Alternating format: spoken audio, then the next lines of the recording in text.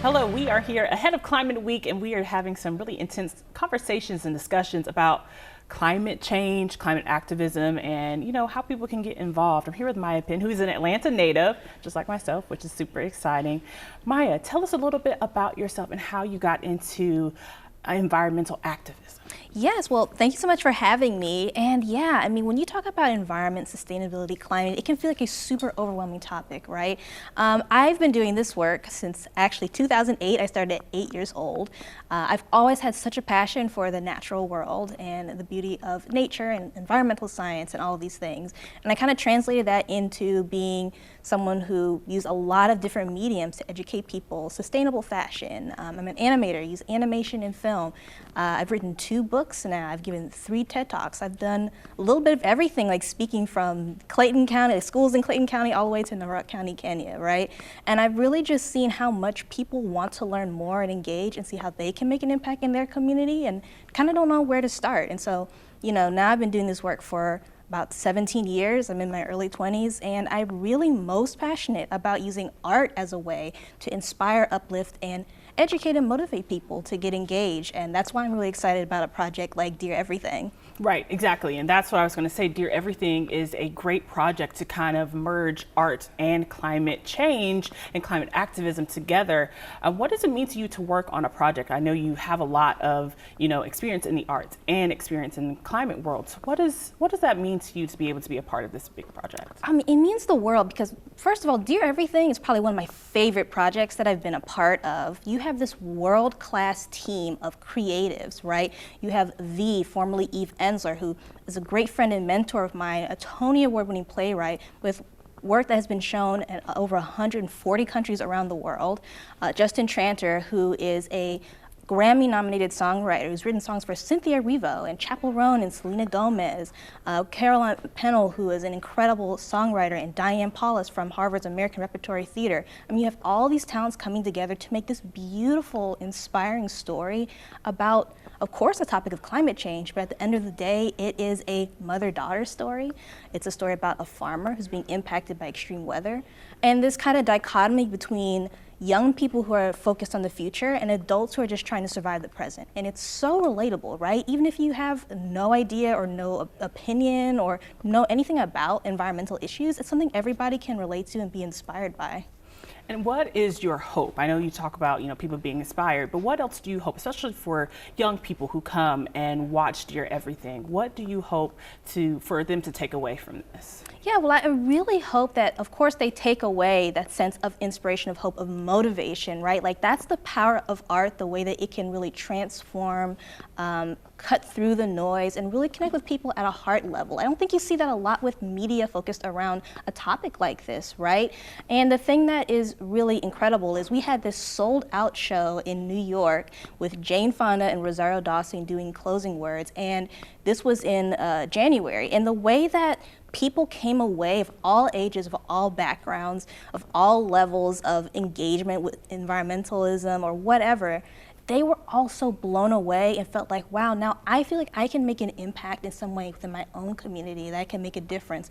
And the really cool thing is we're also directly giving back to local nonprofit organizations and charities and youth-led organizations that are doing the real work that this show is inspired by, that are in nature conservation, that are environmental education, that are empowering other people of all ages around the world. So from tabling to giving grants, like, we're really making a direct impact in each of the cities that this show will go to. And I know the first leg is here in Atlanta, so Yep. Starting right where you grew up and where you're from, what does that mean to you? It means everything to me. Georgia has such a rich history of environmental impact. Of course, just the beauty of the nature, but also we have such a rich history of environmental justice and sustainability. And so I really love being able to bring that community to this show. And then, on top of that, it's coming here September 25th at the Eastern. People can get their tickets at deareverythingonstage.org. And it is just like really one of a kind, and it's for everybody. A lot of people ask, like, who's this show for, right? And if you love musical theater, you have to be there, right? If you just love supporting the arts, you have to be there. If you love nature, you have to be there. If you're feeling kind of nervous or just kind of scared for the future of the planet and don't know what to do and want some re-energization, you know, Yeah. then you have to be there. Like, it's just such a beautiful story for people of all ages. There's something for everybody, and it really kind of transcends like everything that you might really think a musical about climate change could be, you know? Okay, without giving too much away, tell us a little bit about your role in Dear Everything. So I'm the leader of the Dear Everything Youth Council, which is such a huge honor.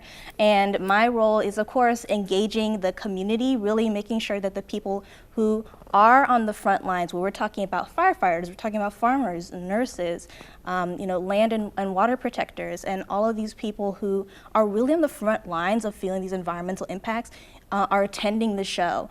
And I'm also organizing other young change makers from across the country, from these different cities that the show is going to not only attend, but to also, you know, share more information about the work that they're doing, how people can make an impact. And we also have a lot of free and complimentary tickets for the Atlanta show as well, for people who need them and need access to them. So if they go to deareverythingonstage.org, then they can also reach out to get access to those tickets, especially for groups who would need it the most, for sure. Right. Now, when people hear Atlanta, they might not immediately think of, you know, climate activism. For you being here, how big is it for you to participate in something like this? And what do you want people from here to take away from a project like this and trying to help progress climate change and, you know, activism?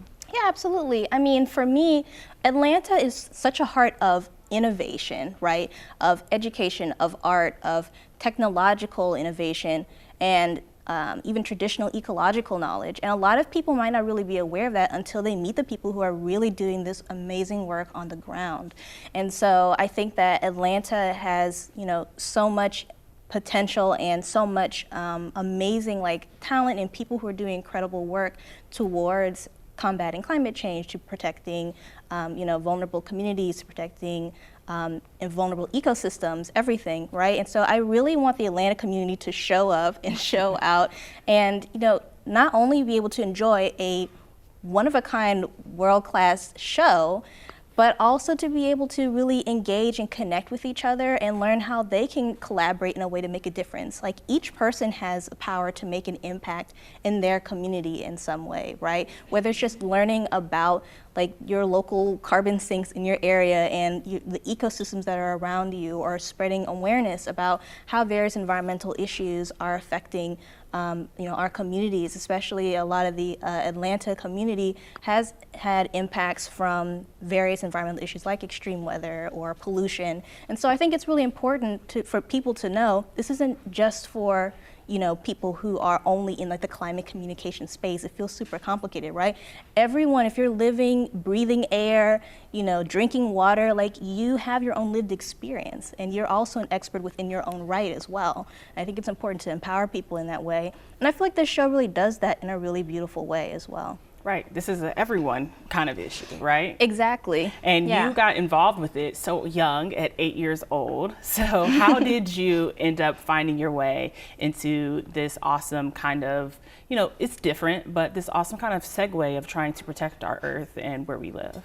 Yeah, I mean, the thing that's always been so crucial for me is always to really engage with people in a way that I think feels different, or really understand what I feel like is missing from the environmental space. I feel like sometimes it can be very much sort of an echo chamber, can feel kind of gatekeepy, you know what I mean? And can also it can also feel like there's all of this information, this incredible, like, the science is so important, but we also have to understand that environmental issues are human issues. They're human rights issues. Like, at the end of the day, it is about people's lives, people's livelihoods, and it is really about like kitchen table issues, and everything from like what we eat to what we wear to, you know, just even our jobs, and everything all connects in some way, because climate and environment is the ultimate multiplier. Everything we care about as human beings connects to this beautiful planet that we live on, right? And so that's something that everybody can kind of understand and agree on. And the thing about art that is so different is that it really reaches at the heart center. I mean, I cried so many times watching the show, and I laughed so many times watching the show. All of the songs from Dear Everything are just stuck in my head and have been stuck in my head since the day that I heard them. I mean, it's really like something that's so special and so different. And, you know, especially hearing from a lot of young people who were like, wow, this just made me feel so inspired. I've been feeling so scared and hopeless about what's happening to the planet. And this really turned things around for me and made me feel empowered instead. That's something that is so important, right? Because I feel like there's so much out there now that's really, you know, getting us kind of stressed, making us feel hopeless and dragged down.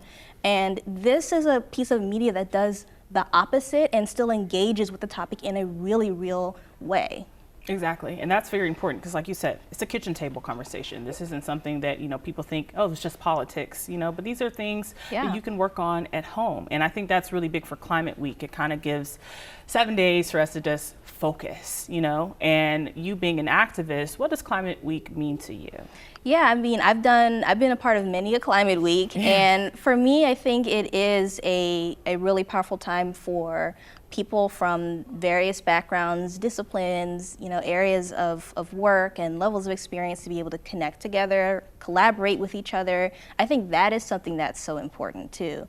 And I really love that spirit of collaboration, of collective action. You know, you can be a farmer and then someone else could be in clean tech, and then someone else can be in sustainable fashion, and then someone else can be like, you know, it kind of goes on and on. Someone else could be protecting pollinators, right? And then people will find all of these similarities of where all of their work overlaps with each other in a really beautiful way. And then you have people who are not in any of those fields and are like, hey, I just realized the industry that I work in also can overlap in some way. How do I get into this like sustainability thing, right? Exactly. So I think that's the thing that's really beautiful about it. And that's also why I'm really excited, you know, for Dear Everything and for the show, because it's similar where you have people from all the different disciplines and backgrounds coming together to enjoy this really creative experience that, you know, re-energizes you, because also doing this work for so long, a lot of people kind of get really jaded and don't know if they can make an impact. And that's why you need something that kind of gives that catharsis and that heartfelt inspiration. And that's what art can do for people, whether they're in the space or not. Perfect. Maya, one more time, when is the show here in Atlanta so people can know? So Dear Everything is coming to Atlanta September 25th at the Eastern. Please go to deareverythingonstage.org to get your tickets. There are student discounts. There are also complimentary tickets for those who need them, who need free tickets as well. And tell everybody you know. I mean, this is going to be such a fun time. I think this is one of the coolest projects coming to Atlanta right now, so you definitely don't want to miss it. You want to be there for sure. Exactly. Alrighty, here is it. This is Climate Week. Make sure you get out and do something for our Earth and for our planet.